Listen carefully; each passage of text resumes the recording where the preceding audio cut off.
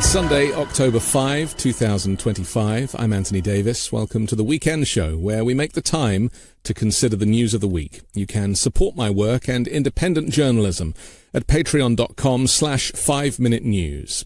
Our guest today is a professor of political science at Brown University and author of the book The Presidents and the People, 5 Leaders Who Threatened Democracy and the Citizens Who Fought to Defend It, which just won the American Bar Association's Silver Gavel Award. He's also the co-host of the podcast The Oath and the Office. Corey Brettschneider, welcome to the Weekend Show. Thanks so much. Thanks for having me. I'm looking forward to the conversation. Corey, in your book, you reference the assaults on democracy by 5 past American presidents. How do the crimes of the 47th president compare to those from history? I mean, does Watergate pale into insignificance compared to the corruption of the Trump White House? Well, the structure of the book, as you've already hinted at, is to talk about these past crises, to say they're way more serious than we've realized before.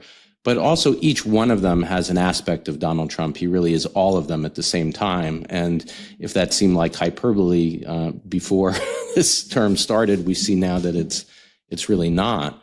The crises themselves, I think, have been downplayed in American history to the extent that we even know about them or have talked about them. And part of what I'm doing in the book is looking closely at them and saying a couple of things. One is they're way worse than we realized. But it's also that we're less aware of the fragility of American democracy than we have been.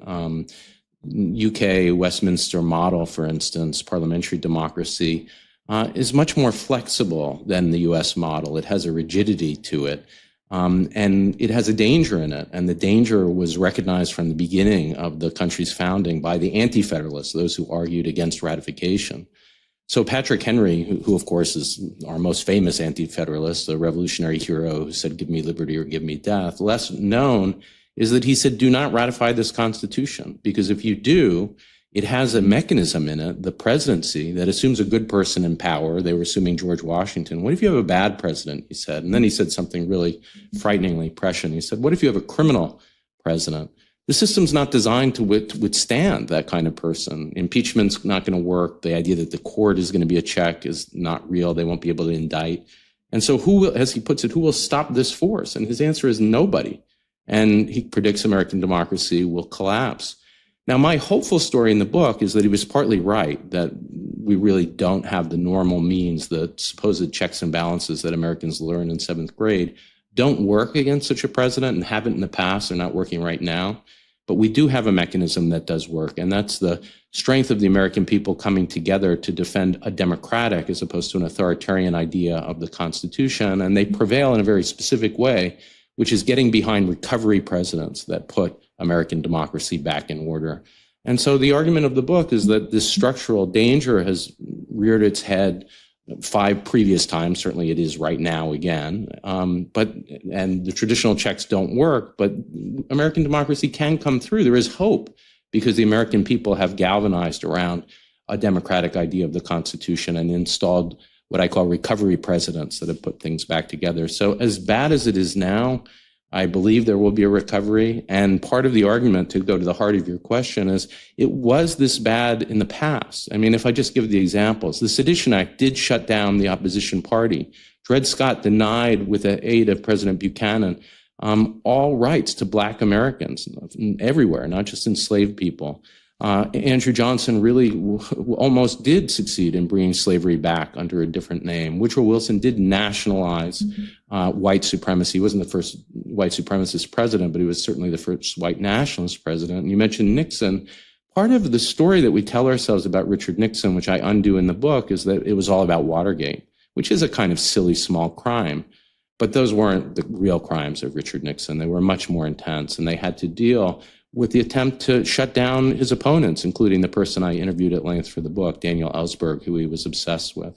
And so when we understand the full extent of these crises, we see how bad it was in the past, and it makes it even more impressive that we've recovered in the past. And that's why I'm hopeful at this moment. And with Nixon as an example, invariably people get famous for the thing that they got caught for, but not necessarily for, as you say, all the corruption that was going on during. I suppose firstly, I should say it's very hopeful to hear you talk about life after Trumpism, because it does seem so all-encompassing, and people are really hurting right now. I mean, this is not just about headlines and clickbait. This is real, and that it's not just immigrants that are hurting, or people that are, have deportation orders or are sitting in some kind of terrible prison in, some far-off country they've never been to before because of Trump. It's American citizens who are hurting because their republic, their democracy has been taken away. How has that kind of registered in history? I mean, is that the case, that it's the people, the American people and the citizens, who are standing up for those who don't have the same rights? Is that the storyline that we're about to see? It's got to be a combination. It is the case that many of those whose rights are most directly affected often take the lead. But at various moments, it wouldn't be enough it's enough to spark a movement, but it's not enough for a movement to succeed. You need solidarity with other groups. And so what they've had to do is to take their own struggles and connect it to a national identity. And the identity that I argue that does work, and these are not just, admirable people who did important things. It's people who won. That's really what I care about, because I don't want to just have an admirable stand against Donald Trump. I want to win against Trumpism. And so that's what I'm really interested in the book. And so they were able to galvanize their own struggles to tie it to some universal idea that's embedded in the United States Constitution and its values. So as you see how they did it, you see what I'm talking about. And again, each of their struggles is directly relevant in a kind of frightening way. Take the first, John Adams signs the Sedition Act. By the way, we thought this was a more minor issue than it was, partly because historians thought the number of prosecutions was about 35, but we now know it's way more than that, more like 135. It included even the vice president, who believed that he might be prosecuted. And just to show you how serious a crisis this was, how much of a shutdown of democracy, the legislation, the Sedition Act, is designed to make it a crime to criticize the president of the United States, but it's not a crime to criticize the vice president. Now, why design legislation like that? It's because the vice president at the time, Thomas Jefferson, is a member of the opposition party. And so, from the beginning in its text, the Sedition Act is an attempt at ending American democracy. And the people prosecuted are prosecuted. Sometimes historians talked about them as, their speech was just way out there. No, they're saying things like that Adams is, that's a good slip, actually, because they have so much in common. Slip of the tongue. That Adams is a hypocrite, that he's two-faced, that he's too close to England in his foreign policy. These are things of policy. And sitting Congressman Matthew Lyons is one of the 135 who's prosecuted for his remarks on the floor of the House of Representatives. So this isn't, wild language that's being shut down. It is core political speech, and it is a successful shutdown of the opposition party. What's different now, though, is, I guess, it was Republicans that kind of forced Nixon to resign, right? But now Republicans are silent on their own leader. And so pressure to resign or pressure to change course, it's been, there aren't the checks and balances even from within Trump's own political party. You can find analogies and disanalogies in a lot of these situations, and that is certainly true in the Nixon situation, that he isn't impeached by the full House, but the vote in the House Judiciary Committee is bipartisan. In fact, one of the Republican members of the House Judiciary Committee talks about that proceeding, the process of moving forward towards impeachment, as a guide to the Constitution for future presidents. And my podcast, The Oath in the Office, was a book with that subtitle, and it was inspired by that. And so that you're right, certainly in that Nixon case, that the resistance in the end is bipartisan. That's part of why he resigns. But that's not true in the other example. So in that Sedition Act, which I started describing it, but the way we recover, I think I captured why it was so dangerous. The way we recover is they are able to move beyond their own stories of being shut down, journalists and politicians, and to find this universal idea that they find in the First Amendment of free speech, The right to dissent, they say, is part of the right to free speech, the right to satire, to Jimmy Kimmel, to SNL. That's what they're talking about. And that isn't established at the time. But they don't prevail upon the opposition. It's not like a coalition comes together of Adams' party, then the Federalists. In fact, the Federalist Party dies as a result of this overreach. And the Supreme Court certainly is actively participating with Adams in shutting things down. They're not the heroes. In fact, they never are the heroes. That's one of the surprising things about the book. They usually make the crises worse, despite the myth that the Supreme Court is really a check for democracy. So how do they do it? It is through partisan politics. They create what becomes the Democratic Republican Party, a loose ancestor of the Democratic Party, and prevail in the election of 1800. But when Jefferson says we're all Democrats, sorry, I flubbed that line. When Jefferson says we're all Federalists, we're all Republicans, he's on the one hand gesturing towards a universal idea of coming together, but it isn't at the behest of a bipartisan coalition that he's elected. It is deeply partisan. And that's true in the other stories too. The recoveries aren't going to come necessarily from a kumbaya moment of everybody coming together. They will come through organizing and through protest and through appeal to universal language, but usually in opposition to the crisis president's party. Was it the case in history that the president kind of assumed power to the point that he didn't feel the need to send anything to Congress? Because this is what we're seeing now, isn't it? That Trump is basically bypassing Congress for everything, from tariffs to acts of war, because he knows that he has the majority. And therefore, he assumes something, to quote him, I am the law. I am the chief law enforcement officer. So he sees himself as the authoritarian maybe. Has that ever happened before, where you know, ignore the branches, ignore the system as it is laid out? Yeah, and the answer is absolutely yes. With all these questions, you know, there's a temptation to say it's unprecedented because it feels good. It brings out the horror, and it is. I would never underestimate that we are facing a crisis of democracy. The system can collapse, and it could have in these past moments. But it's not unprecedented in the sense that we have been here before. We've seen these kind of very serious crises that threaten the stability of democracy itself. Now, in the Sedition Act, it is true, there's legislation. But in a way, that's worse, right? That Adams is, you know, offended by his son and personal insults, and he's able to get all three branches of government to cooperate with him in shutting down the opposition. So that's more scary. It's as if, you know, Congress were in the open to say, let's have an anti-Jimmy Kimmel law and pass it. And the Supreme Court were to lobby for that law, which is what Samuel Chase did. So in that instance, you're right. He's not bypassing the other branches. He's cooperating with them, but that's more frightening rather than less. Take the next case that I talk about, which is the case of President Buchanan, who pretends that the question of slavery is going to leave to the Supreme Court, like you learned in civics, and they decide the law and he'll be neutral. And Frederick Douglass at the time called them out and said that that's not at all what's going on. And we know now that Douglass was absolutely right. He was lobbying the Supreme Court to decide this Dred Scott case in the most evil way possible, which is actually to use this case about an enslaved person who found himself in a free state and then was re-enslaved, and use that example. Could have been decided in all sorts of ways to say Black Americans have no rights under the Constitution. Now, not only is that bypassing Congress, which had all sorts of rights of regulation in the territories, for instance, to limit slavery, but it's shutting it down. So it's the president combining with the Supreme Court to really end on the most important issue of the day, a power of Congress. When Woodrow Wilson resegregates the federal government, what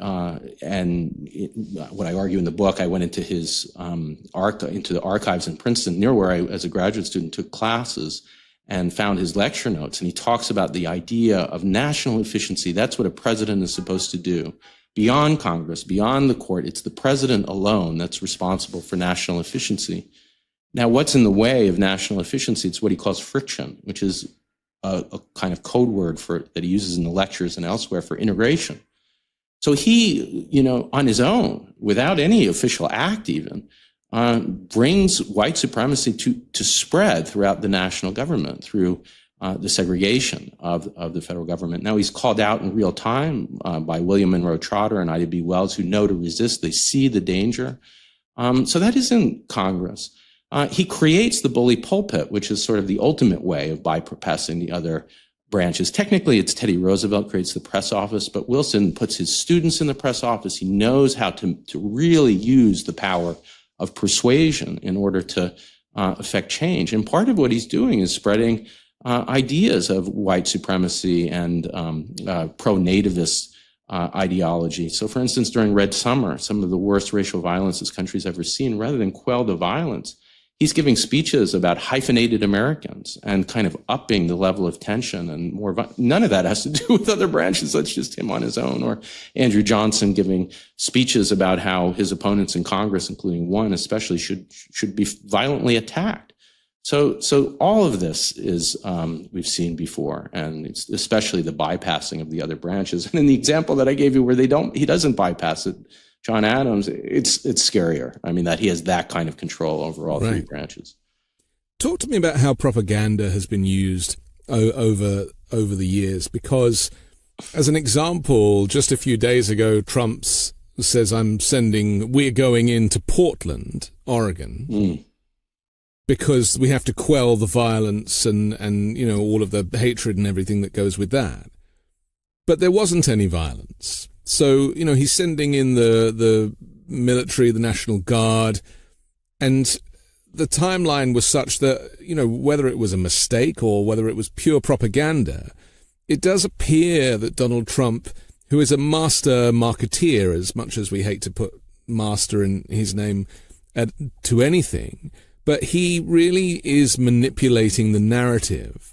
And that is a concern, isn't it? Especially if you live in Portland and suddenly you're being told your city's under siege and you look out the window and it's perfectly peaceful. Yeah. So how is there a pattern of this? Oh, yeah. I mean, I think that's classic Wilson, that a lot of what Woodrow Wilson did is really not only rewrite the current moment that he was living in to bring in what I call, again, not just white supremacist, but white nationalist ideology, but to rewrite the entire story of the 19th century. So the story of the 19th century, in the same way that I should say in the 18th century, it was the newspaper editors, journalists who fought back, using their own trials as a way of putting Adams on trial, and then galvanizing their support behind Thomas Jefferson as a recovery president. You see that story again in the story of Buchanan, and the hero of the 19th century, as I tell it, really the true hero of American democracy is Frederick Douglass, who says we need to learn to read the Constitution as a democratic document. The document doesn't say we the white people. This is his quote. It says we the people. He says it bans the corruption of blood, the idea that you can inherit crimes from parents in the next generation. What is that but an anti-slavery principle? And most of all, what he says, and this is familiar with Gettysburg, but this is way before Gettysburg, before Lincoln utters similar words. He says, you need to use the Declaration of Independence and its guarantee of equality as a frame for the whole Constitution. And the two words that he uses over and over again are equal protection. And those are words that the Congress, in the aftermath of the Buchanan presidency, partly as a result of Lincoln's efforts in the 13th Amendment, but eventually those words find their way embedded into the Constitution. The story I'm telling is this kind of push and pull, and that reality does take hold. It takes hold in the Grant administration, the recovery from Johnson, in the passage of the Ku Klux Klan Act. But what happens to that reality is that it's erased. And this is so much more, as dramatic as what you're saying about Portland is, this is even more dramatic because it's the rewriting of the entire history of democracy. And what Woodrow Wilson is a part of, and you see this in not just in his speeches, but really in his textbook, which was a way of popularizing history, including this history that I'm telling you about, is he rewrites it. He talks about the Klan as if they were, not great, but necessary in order to quell the real danger of the 19th century, which was Black Americans rising up and being elected to state legislatures and even to Congress. What a terrible thing to have happened. And it is this white supremacist narrative that he's retelling. So, again, not to take anything away from Trump, but he doesn't have anything on Woodrow Wilson. He's part of a group. He's not the only one. The Dunning School is part of this historians movement. But this PhD, one of the most learned people at the time, professor and then president at Princeton, he's rewriting American history in order to create this grand narrative that will bring white supremacy national in the 20th century. So Trump has done a lot with Wilson's bully pulpit, and also, like Wilson, shutting down democracy. And the use of Twitter, for instance, changes it. It's more direct. And that is an innovation, a kind of scary one, that he doesn't need to even have the press or have his students as Wilson did. He is lying to us about what's happening in real time, even though, I have friends posting in Portland about how nice it is and what are they talking about. But, I don't know. When I compare it to rewriting the entire history of American democracy from the 19th century, it seems to pale in comparison. It sure doesn't feel that way at the moment, I suppose. No. And this is the problem for a lot of people. It feels absolute, and there is a certain dread, I think, of how he is weaponizing anything. I mean, even the assassination of Charlie Kirk, as tragic as that was, has really been used as a springboard for Trump to just weaponize not just the use of language but policies as well, to say that Democrats are the enemy, and using this language that not just Democrats politically but anybody who supports the Democrats. Right. And so liberal people and progressive people, but also minority groups, which he just lumps into that group as well. Yeah. Anybody that is not for Trump is an enemy of the state. And that, to me, that's what seems different. Am I wrong? Yes, I think so. In the sense that, you're right in one sense. Again, I would never minimize how serious this threat is. But part of the point of the book, and I think when you read it, you see that, is to emphasize how frightening it felt. And American democracy, if Adams had succeeded, for instance, in his plot to steal the election of 1800, a plot that is eerily identical to the plot of January 6th, because it had to do with a committee refusing to certify electoral votes with claims of fraud, and with the hope that things would be thrown to the House of Representatives, as it would have in January 6th, voting state by state and resulting in the election of not Trump then, but Adams. Eerily similar. So think of that. If that would have succeeded, and it almost did, but for the efforts of a journalist named Duane, who uncovered this and was prosecuted under the Sedition Act, American history would have been totally different. Adams actually thought of the presidency as a kind of as a kind of monarchy, and in fact, he thought there were too many parliamentary constraints on the British king. If that view would have prevailed, so different from the way we think of American democracy now, we would have had a totally different system. And that's true too, in the Dred Scott story and Woodrow Wilson. And it could have gone that way. It did for many decades in the case of Wilson go that way. So much so that the hero of that part of the book, William Monroe Trotter, who calls out what's happening in real time and really begins the civil rights movement in many ways, he kills himself thinking that white nationalism and Wilson has won. He's done everything he can. That's how dire things looked, and yet there is this recovery. So that's where my hope, and what I'm doing every week with my co-host John Fugelsang on The Oath in the Office. John is a comedian, so it's a sort of mix of serious and funny, and now I should say New York Times bestselling author.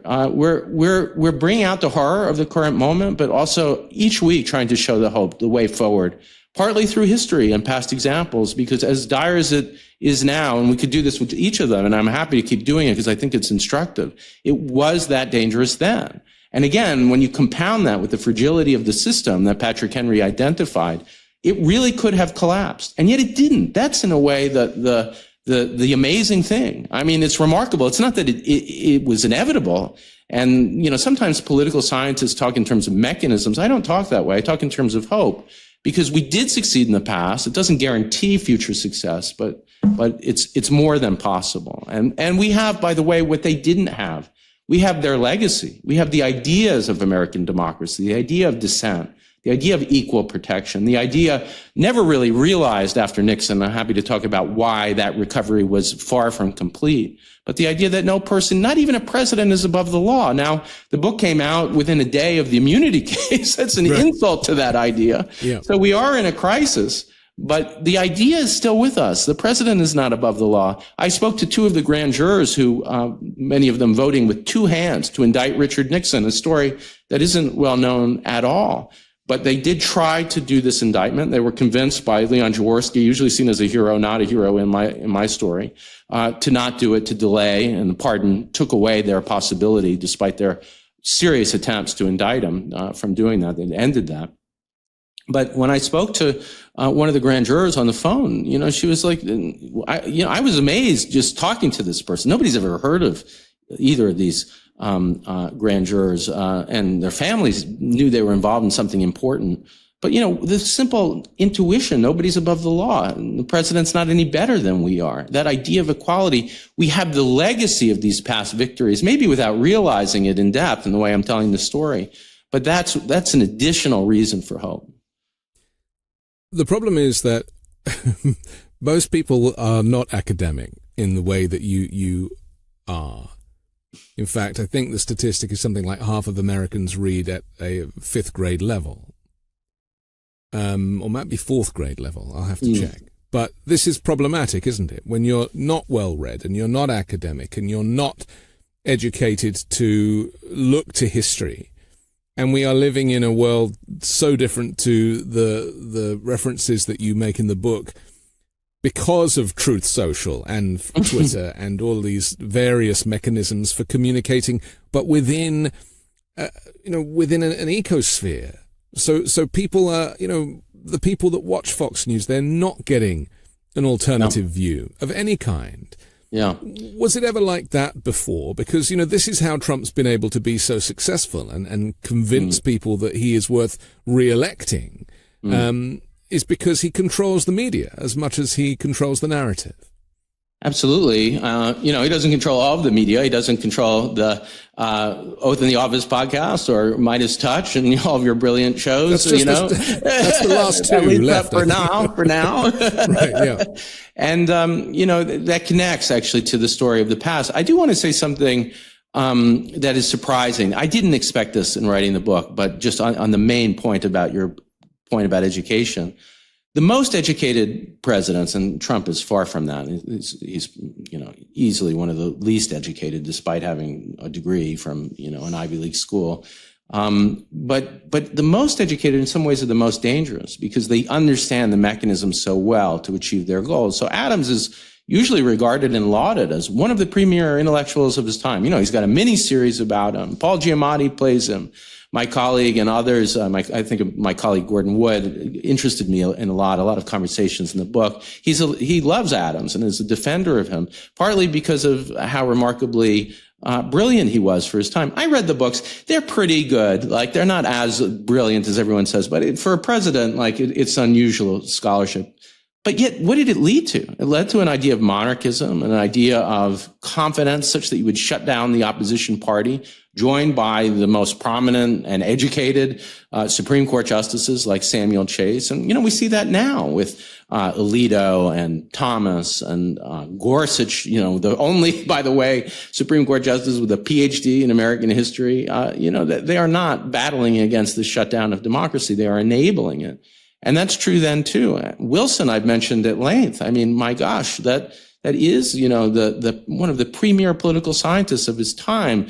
For a long time, the Wilson School at Princeton was named after him before, thankfully, the president had the good sense to see the reality that this wasn't somebody worth naming something after. And it's citizens who are in some ways mocked as uneducated. The House of Representatives and Matthew Lyons are seen as the uneducated house, the low house.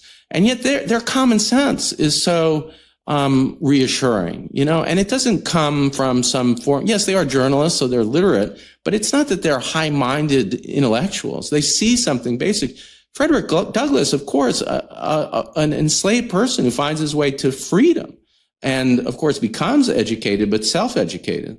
So, I think a lot of the story isn't about formal education or formal knowledge. It's about seeing the reality. Now, in their times too, not in Nixon, Watergate, I think is the counterexample to what we're facing now. It is true that millions of Americans watched John Dean, who, by the way, I had the bizarre experience of just being on CNN with and talking about Watergate. And, but they watched him testify. That meant something, that the country did it as a whole. But in these past examples, in the sedition crisis, there are two realities. There's a Federalist reality and a Democratic Republican reality. And one reality, the Federalist reality, which is false, by the way, they believed that America was on the verge of an invasion from France. There were some boats and ships in the Caribbean, but there was no invasion planned. But yet they believed that. And you would read about that, all the time. If you were in the world of abolition, things were divided between Douglas and Garrison's camp on the question of the Constitution's pact with the devil or something to save us, and the world of even more difference with pro-slavery forces. We could keep going, but that's true. William Monroe Trotter, Ida B. Wells, the reality that they're talking about of lynching, for instance, in Wells' case, who is one of the people that with Trotter confronts Wilson. By the way, when they confront him about his national segregation policy, that he says, "You're creating friction." And that's his response, to use this educated language of the Constitution that he's been lecturing in the hallowed halls of Princeton. And they're like, no, you're creating a system of second-class citizenship. They're not, those aren't, at the time, certainly, they wouldn't be regarded as more educated than Wilson. In fact, he's looking down on them because they lack his formal credentials. So as a professor, you want to believe these ideas are going to save us, but it's really the opposite. It's our kind of humanity. Yeah, well, that's what I was going to say. It's an instinct for humanity that is ultimately what drives people who are uneducated. And I think that's something that we all share. You mention in the book, we keep coming back in the book to white supremacy, and you've mentioned it here as well. This notion that this has been a thing that has been around for, is so much a part of America's history, political and cultural. It certainly hasn't gone away. And with Donald Trump, he's not just a white supremacist, he's also a eugenicist. And he actually believes that he has, despite being orange, weirdly, that he is a superior being by nature of his genes. And he talks in these terms. Yeah. This is obviously, this is problematic. I mean, it also connects to his criticism of autism in this last week as well, claiming that these people are defective in some way. And again, this is connected to eugenics, and RFK Jr. is a eugenicist as well. In fact, so many people in Trump's cabinet speak this language too. Is this a kind of two-pronged problem, or is this all in one camp as far as you're concerned? The parallels, it's almost like you're tossing. I was not very good at Little League, but if I was, you'd be tossing the balls for me to hit. I had one good season. It would be like that good season where the balls seem to be coming to me. The story of Wilson is frighteningly relevant because he actually studies. He has a PhD where he studied with the main defender, a professor named Baxter Adams, of something called the Teutonic germ theory.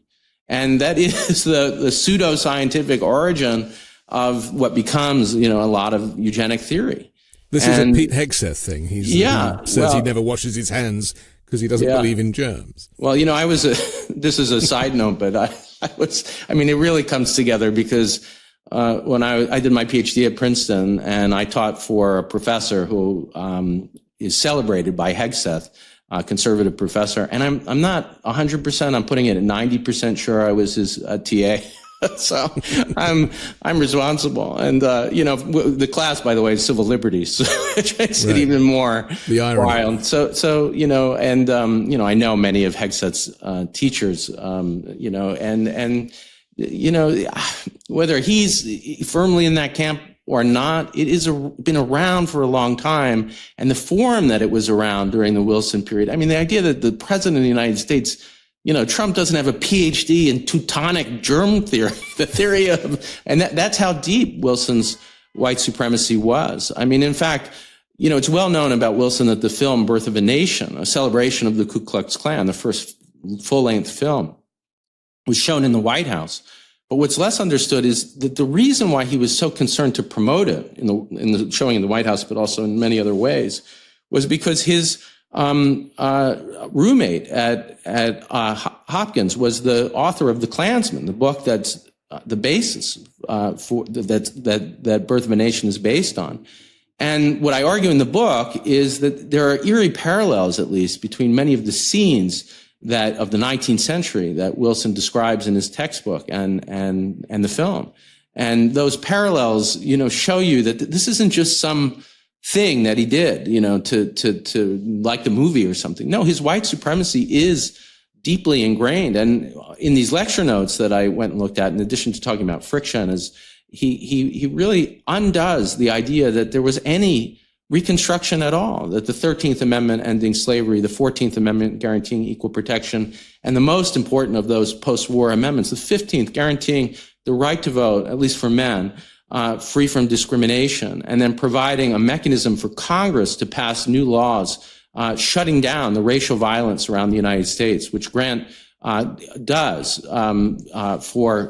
uses, as I tell in the book, to create the Department of Justice and prosecute more than 1,000 white terrorists. What does Wilson say about that in these notes? He's teaching constitutional law. That's the story of constitutional law. If you're really going to tell the true story, he tells it as insignificant, that they didn't really add any rights to the Constitution. And so, he is rewriting history. He's using this white nationalism, as I call it, aided by his crazy eugenics ideas that he's learned at Hopkins. That is so much more dangerous, I would say, and powerful at the time. Now, we know we recovered. He died, of course. And there was a recovery, a long, long march, as it's often called, to recover from what he had done. But at the time, the reason Trotter is so disillusioned is because he's winning not just a battle here or there, or using the presidency in a dangerous way, but he's rewriting successfully all of American culture and history. And Trump is trying to do that, don't get me wrong, but so far he hasn't succeeded. We're still here doing this show, and I'm doing the Oath in the Office every week, and Jimmy Kimmel remarkably is back. And as much as he might be, we're teetering, and I've even been using the phrase that Trump is attempting a self-coup, a coup to destroy the judiciary, to destroy Congress. That's what's going on. I don't want to say that we haven't faced anything like this before, because we have. And in some ways, our opponents in the past the people's opponents were even more dangerous. But people, especially scholars and journalists and historians, as well as political scientists, have admitted that we are now under some form of dictatorship. And that this is an authoritarian takeover of government, as well as the deconstruction of the administrative state, as we know, baked into Project 2025, well underway. Yeah. Has there ever been a time in history where people have acknowledged that the dictatorship is present, and it's not just something that's off in the future? Oh, well, if it carries on like this, we could, because losing your democracy comes in, it's so intangible. It relies on people taking part. But to all intents and purposes, Trump is never leaving the White House. That could be.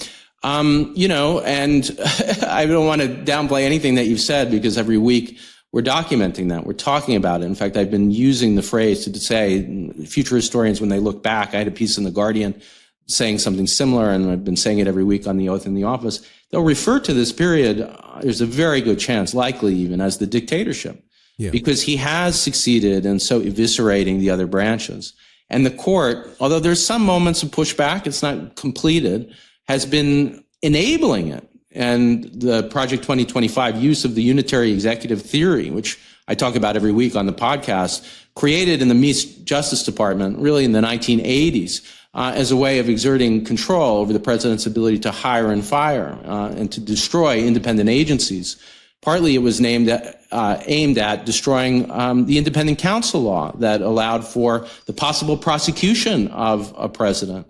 And in fact, if that law was here, I think we might not have been in this moment, because that office wrote memos saying to the contrary of the DOJ, yes, a sitting president can be indicted. It was designed for the purpose of serious investigation of the president. And the prosecutor named Ken Starr, who I agree was a little overzealous, angered a Democratic president who got rid of that law. And that, of course, was Bill Clinton. So without that, and the unitary executive theory, the immunity case, the firing of independent agencies, the attempt to destroy the civil service, this is an attempted dictatorship. And yes, I think there's a good argument to be made that we've crossed over we're not just headed there, we've crossed over the boundary where it will make sense in the future to call it that.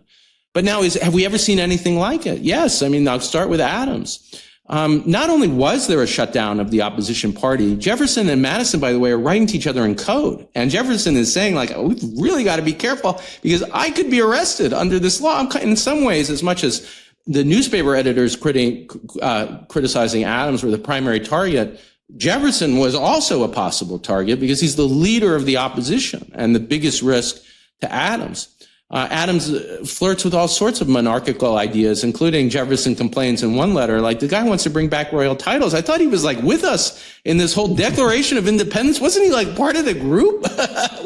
And he has a very different understanding of what the revolution was about. So now if you have a monarchist idea, you've succeeded in shutting down the opposition party. I haven't seen, Harris is still out there giving speeches. She's not writing to her friends in code saying I better not even speak out. So in that sense, it was worse. And here's what's even more worse. The ideas of democracy were never even established. And so far from there being some sort of consensus that this was a bad thing to shut down democracy, the thought was, that's good, that you want a kind of monarchy. The idea hadn't established itself yet. You had to have that crisis in order for democracy to arise in the first place, to have an idea of free speech as the right to dissent. It comes from Adams' monarchist idea. So yeah, we've seen it before. It was in some ways more dangerous because there's nothing there yet. American democracy is being created at that moment, and yet we prevail. And so that's why I think here, yeah, not understating in any way, a dictatorship, self-coup. I talked, by the way, in the beginning of the Trump administration on the Oath in the Office podcast about soft coup, the ways in which using hiring and firing, for instance, the stealing of funds from Congress, the power of the purse lies with Congress. But what Doge did and Musk did is they figured out the actual purse is in a Treasury Department closet in a computer, and they stole it. So that is a coup. That is a soft coup. Now, with the use of the military in our cities, the prosecution of Comey, now we're in the world of hard coup. This isn't just, subtle. Well, I want to ask you, but yet it happened then too. What you thought of that kind of speech that Trump kind of made up. He didn't read it off the teleprompter in front of the military generals, where there was the threat, if you're not with me, then, marching orders, but also this pivot to say that the enemy is not a foreign enemy, but it's the enemy from within, and that we should be training our military officers on the streets of America and using the American citizens and those people who live in and amongst us as they are the enemy. Right. We don't know what was on the minds of the military generals. There's been a lot of rhetoric and a few leaks about what people thought, but that shot of their faces, one guy had his head in his hands like this, kind of spoke volumes, didn't it? Because the moment you involve the military, things change. It's almost like you're into slightly different territory. It transcends politics. So how did you feel when you saw that speech and also the words of Hegseth on the stage too? Well, it compounds the danger that I've been talking about on the Oath in the Office, which is that he really is in the same way that the unitary executive, there's a parallel that there are ways of using destroying the supposed checks on the presidency, for instance, the for-cause requirement that limits him from firing the Fed governors or from firing a member of the Federal Trade Commission. The unitary executive theory is a constitutional theory above all of that they're trying to use to eviscerate. Now, that's eviscerating one of the core checks of government, that legislation is enforced by civil servants or independent agencies protected from political firing. And yet what he wants to do, just to put it in the most blunt terms, is political firing. Now, when it comes to the military, there is a law called the Posse Comitatus Act, And it's got a not proud history, actually. It was a way of limiting Grant's enforcement of civil rights in states that were resisting him. So it's a bad origin, but in some ways at this moment, it's the best we have. And it limits the use of the military domestically. Now, what's happening? There are all sorts of exceptions to that, including the Insurrection Act, which is an exception to posse comitatus. And so using the Insurrection Act, Trump is getting ready to do that. He's looking to provoke a fight in Portland so that he can then use it. And then what this was meant to be was a rallying of the generals to get them ready to go after the enemy from within. Now that is not only anti-democratic, it's fascist language. It's the language of Carl Schmitt, of the friend and enemy. And that's frightening, very frightening. I mean, have we ever seen, this kind of level of conflict before? Of course we have. In the Civil War, for instance, we saw it. And in the aftermath of the Civil War, the period that I'm talking about, the sides, the parallels are oddly inversed in some ways, because it was Grant using the military to enforce civil rights and states trying to resist in favor of white supremacy. But that kind of conflict has been with us. It is extremely dangerous. And as I said, we could have teetered, we could have been destroyed before, and it well could destroy us now. But it's not over. I think even though he's on that borderline into whether we'll call it a dictator, it's up to us.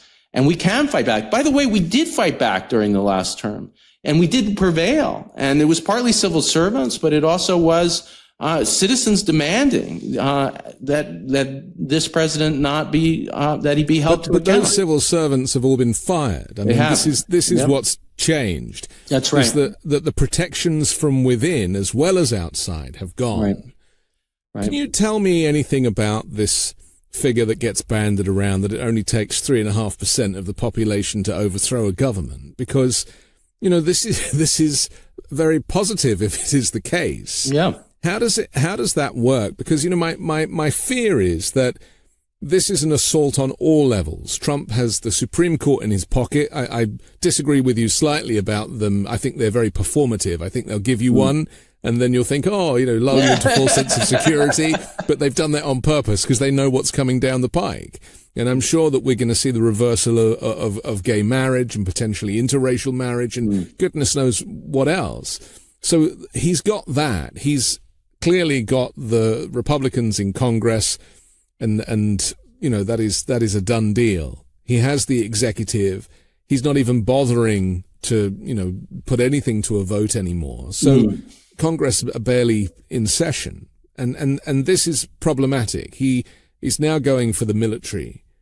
So what is the opportunity for the people? Because if he's also going after the vote, and this is widely documented now, that the voter suppression, it might even mean putting the National Guard at polling places and intimidating people.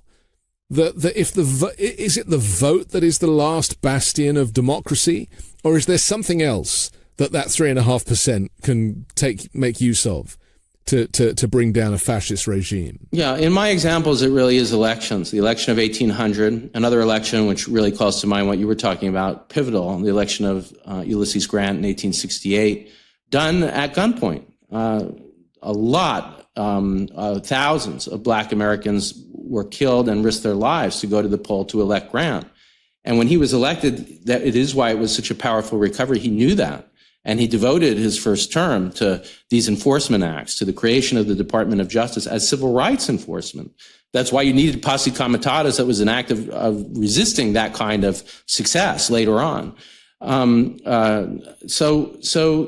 Yes, we've seen these before. I'll say too, there is a way into the hope too, that in your statistic, because these movements don't start as mass movements. They start as a very, very small. The newspaper editors fighting back.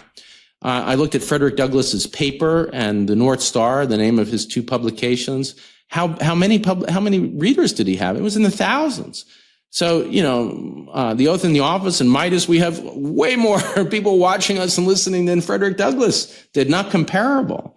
So, these small groups were able to galvanize, and then, yes, it is elections, make a difference in these elections and elect recovery presidents eventually. I mean, we don't have a no confidence vote, unlike parliamentary systems. That would be a way to, handle this, but we don't. And so we are stuck with a period of time of of, yes, possibly even dictatorship as we wait. But I think, too, as I talk to people, you think of the example, even the worst examples of Chile, for instance. There is a no campaign. There is an end to the Pinochet regime. We're not anywhere, I think, close to that, I should say. But even in those frightening examples, it's not over. And these examples do parallel the past ones in which we've prevailed. The sad thing is, as a result of the destruction of the civil service, I do think courts, by the way, have a role. I've been working with the ACLU. We've had the ACLU policy director, Mike Zamor, on the oath in the office often. And, that matters, the litigation that they're doing. And they are, of all the groups to support, certainly one of them. Because although you're right about the Supreme Court, those lower court opinions, the pushback, the genuine resistance that you get, for instance, from Justice Breyer's brother in the LA case, saying posse comitatus and the structure of the Constitution prohibit the use of the military domestically, that matters not just in slowing things down, not just in announcing a principle, but in galvanizing people. As we hear that, we're reminded of our democratic rights. So it all works together. Ultimately, and we just got our free speech back with Judge Young, a federal judge there, right, who basically said that immigrants have the same free speech rights as citizens. That's really important. Absolutely. And I mean, here's speaking of how relevant the book has turned out to be. As you said, it won the American Bar Association Silver Gavel Award. I like to think just because it's a great book. No, it's because the moment calls for a book like this. And just to show you how relevant the law that they're relying on in these Venezuelan deportations to say that they can send people to a gulag in El Salvador or in various other countries to be tortured. The reason why there are no rights, no due process rights, is because although the Sedition Act expired and something called the Alien Friends Act expired, one of those laws, the Alien and Sedition Acts passed together, remains on the books. And that's the Alien Enemies Act, which revoked for members of so-called enemy nations basic rights of due process. And that's what the government is using in some of these cases to not only say you have no free speech rights, they're saying that too in the Khalil case and others, but to just deny any right to even appear in court. They're using this Adams era legacy. It shows you how we have been here before, and yet we defeated Adams, and I think we'll defeat this abuse of, trying to bring back that dark period of American history. I want to talk about something just on a bit of a tangent, and I think this came off the back of Trump's random speech in front of the military generals, where he was talking about Barack Obama's walk downstairs and stuff that they had traveled thousands of miles to come and listen to. But people are talking about the 25th Amendment again now, for the first time in a while. I don't know why that really went away, but there it is. The insanity of Donald Trump, not dissimilar to the madness of King George in many ways, but the insanity of Donald Trump is also problematic here, because we are not dealing with a sane person, clearly. And, the psychiatrists and the psychologists, they've all come together and they've diagnosed him with a personality disorder and malignant narcissism and everything that goes with that. This makes him extremely dangerous because the rules of engagement don't apply to him, not least the protocols of politics. So where in our history have we seen this before with somebody who is so mentally compromised that in a way has been the secret of their success, because they have no empathy. They don't feel any sense of shame, and that despite being a convicted felon and a sexual abuser, they're able just to kind of push on and control the storyline. Yeah, I'll say first of all, before I get into your great question, that the 25th Amendment, in the first term we heard a lot about, we're starting to hear about it again. And as much as I'm optimistic and hopeful about the long-term recovery, and I've talked about why, I'm also very blunt about stuff that's not going to work. And so, the 25th Amendment is, unfortunately, I wish this was not the case, but ineffectual. It requires all sorts of cooperation from the cabinet, the vice president, J.D. Vance. It's never going to happen. J.D. Vance is such a sycophant, so craven in his sucking up to Donald Trump. He will never stop things.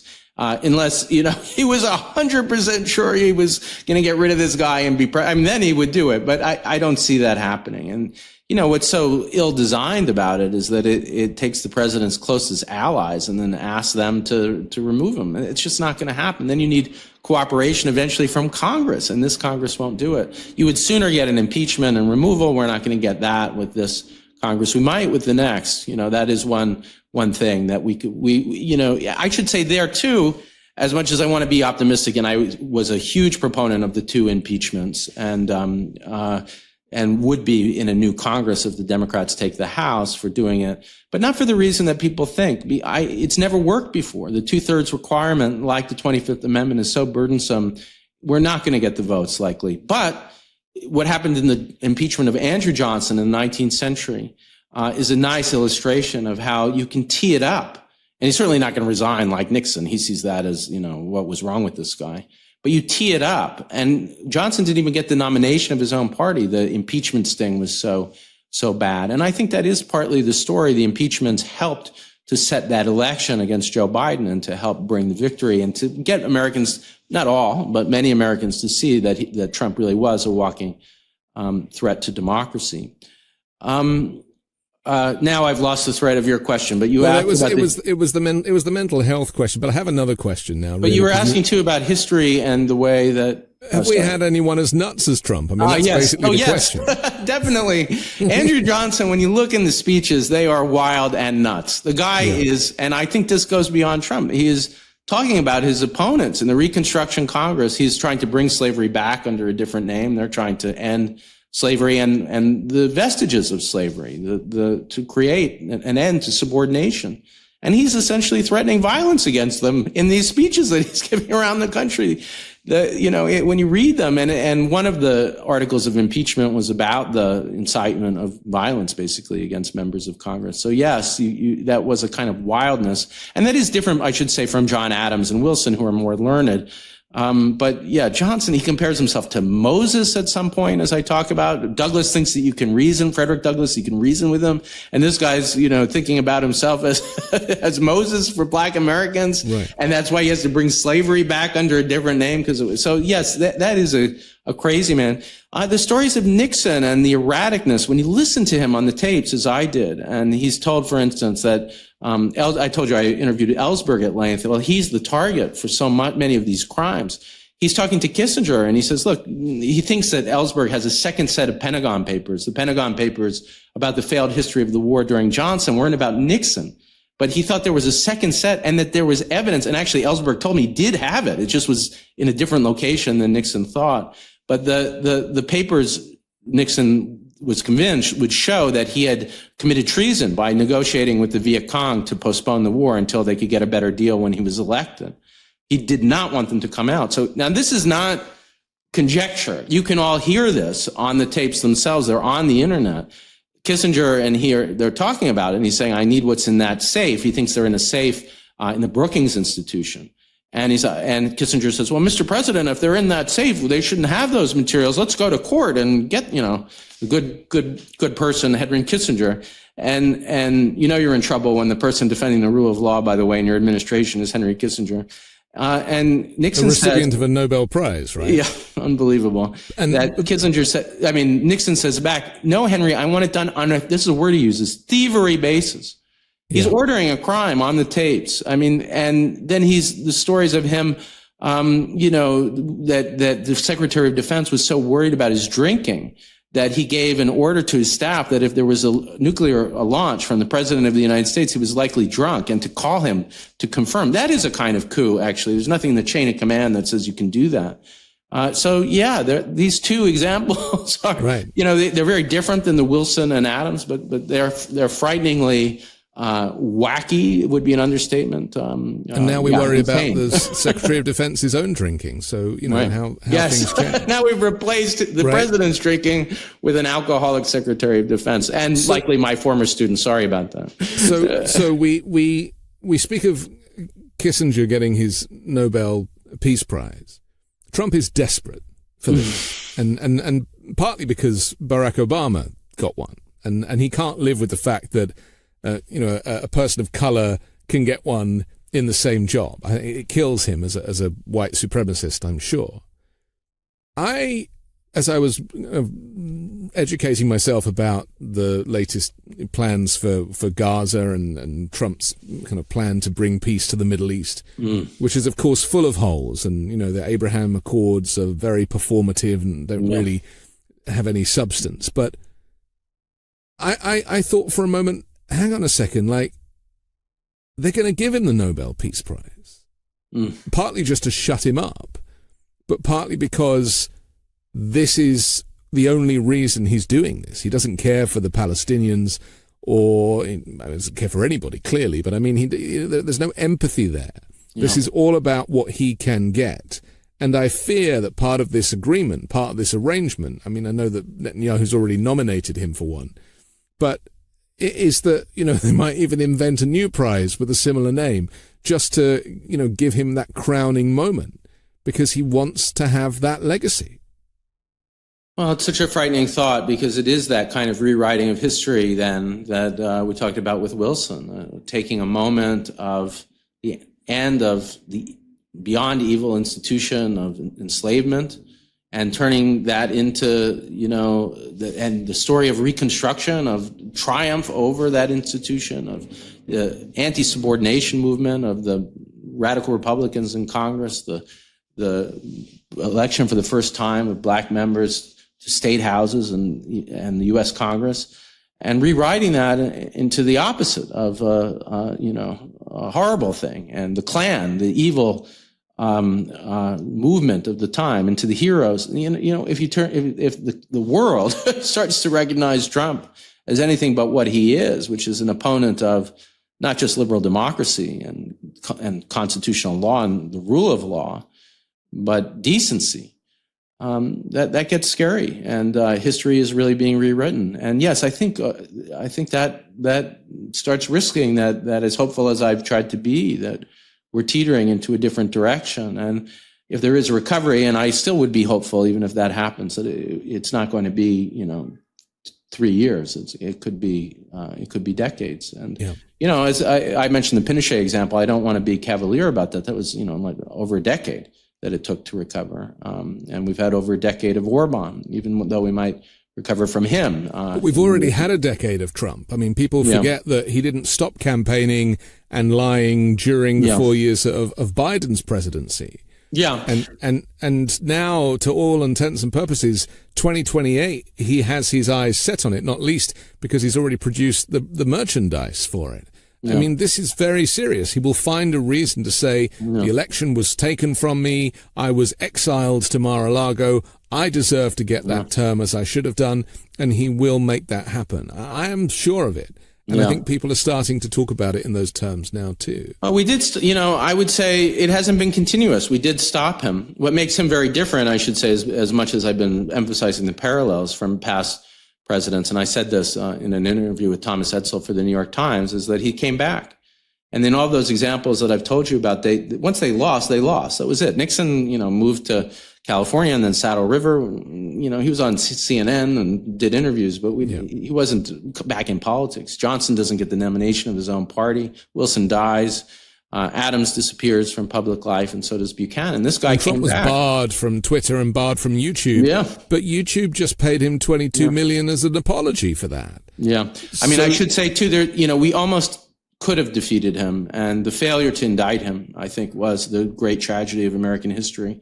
And it parallels, I wish the book was less relevant, but the book talks about the failure to indict Nixon as the reason why we never really were able to recover from Nixon, because the reason why you don't know about the attempt to kill Daniel Ellsberg on the Capitol steps, the attempted break-in and blowing up, as they planned, of the Brookings Institution and the thievery basis way of getting into the safe, the more known, but not as much as it should be, break-in at the psychiatrist's office of Daniel Ellsberg, the hard hat riot, which was being investigated by a prosecutor called Ackerman, that Nixon had ordered it and sparked it, the beating of students in New York after the tragedy at Kent State, is because we never had a trial. We never allowed those cases that were being made against him. Even the tapes case itself, the tapes were part of a sort of fraud scheme that they were looking into. There would have been countless trials, and we would have seen how dangerous this office is if it gets in the hand of not just a bad, but a criminal president.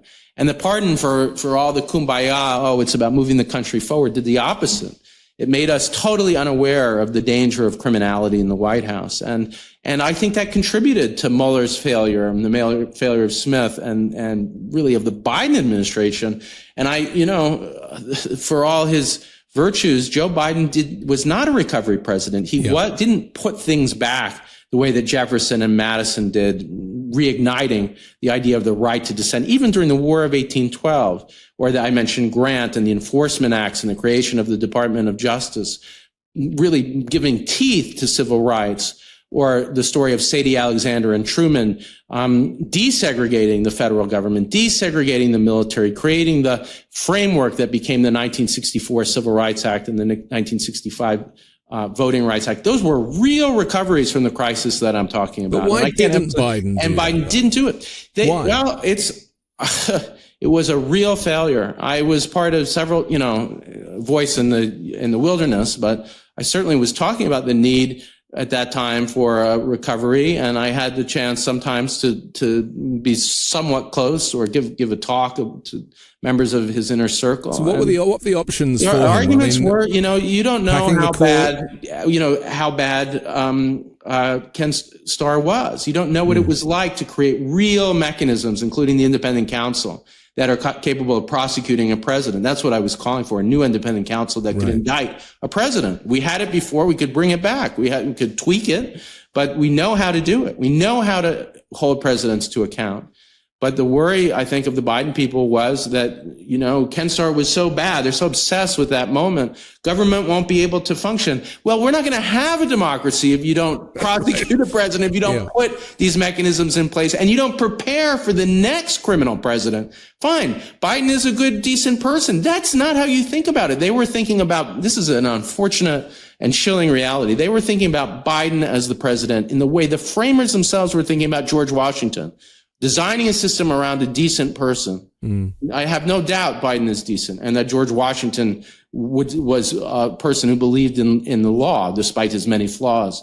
But that's not how you design a system. You design it to protect against the danger, the threat to democracy, and the walking danger of democracy that was Donald Trump was right before us. Well, there'd already been on January 6th. I was going to say, January 6th had already happened, so it wasn't like this was something off in the distance, this could happen. And now we find ourselves in a place where Trump has pardoned and commuted the sentences of 99% of those involved in January 6th. Yeah. I mean, that... the pardon, I also, talk a lot on the Oath in the Office and have written, in particular, with a presidential scholar named Jeff Toulis, about the pardon power. The framers called it the benign power prerogative. Yeah, in the hands of a good president. Right. But in the hands of a criminal president, it's a way of pardoning co-conspirators, another thing that the anti-federalists were so aware of. And, we needed pardon reform so desperately to say that legislation to say a president can't pardon close cronies or family members. And, we could just discuss the details of the Hunter Biden pardon, but that doesn't help things when the president pardons his son. That's exactly the way the pardon is not supposed to work. Well, then they weaponize the hypocrisy, don't they? And they sure do. And he opened us up to that. Becomes an issue all of its own. Yes. We have to finish in a minute, but finally, I want to ask you, I mean, dictatorships always fall, right? And is that the rule? Because, it's something that needs to be tested in this moment. Currently we're in the midst of a government shutdown. Trump is weaponizing the shutdown. My opinion is that he needs the shutdown. He wants the shutdown because the economy is faltering. The tariffs are not doing what he had hoped. And in the same way that when COVID came, he was able to claim that he had the greatest economy and then COVID killed it, here he can claim that he has the greatest economy and the Democrats killed it with their shutdown. This is a very useful opportunity to have an excuse for his disastrous policies. So how does this end is my question. It's a huge prediction to have you make, but we mentioned that this could last 3 years or it could last a decade or more. Which side of the fence are you falling on this? Well, there's in sort of political science, there's a lot of people who do predictions. I've been really careful to try to use this language of hope because I want to emphasize agency. And there is a path to recovery. I have no doubt about that. And it involves the midterms and the next presidential election. And again, even if there is intimidation at the polls, we've seen that often actually before in American history, and we can prevail against it. It took a lot to do it, massive courage, which is why Grant was so beholden to that constituency that risked its life. Black Americans elected Grant, 1868. And the rampant gerrymandering as well. Yes, well, that's right. And gerrymandering is not new.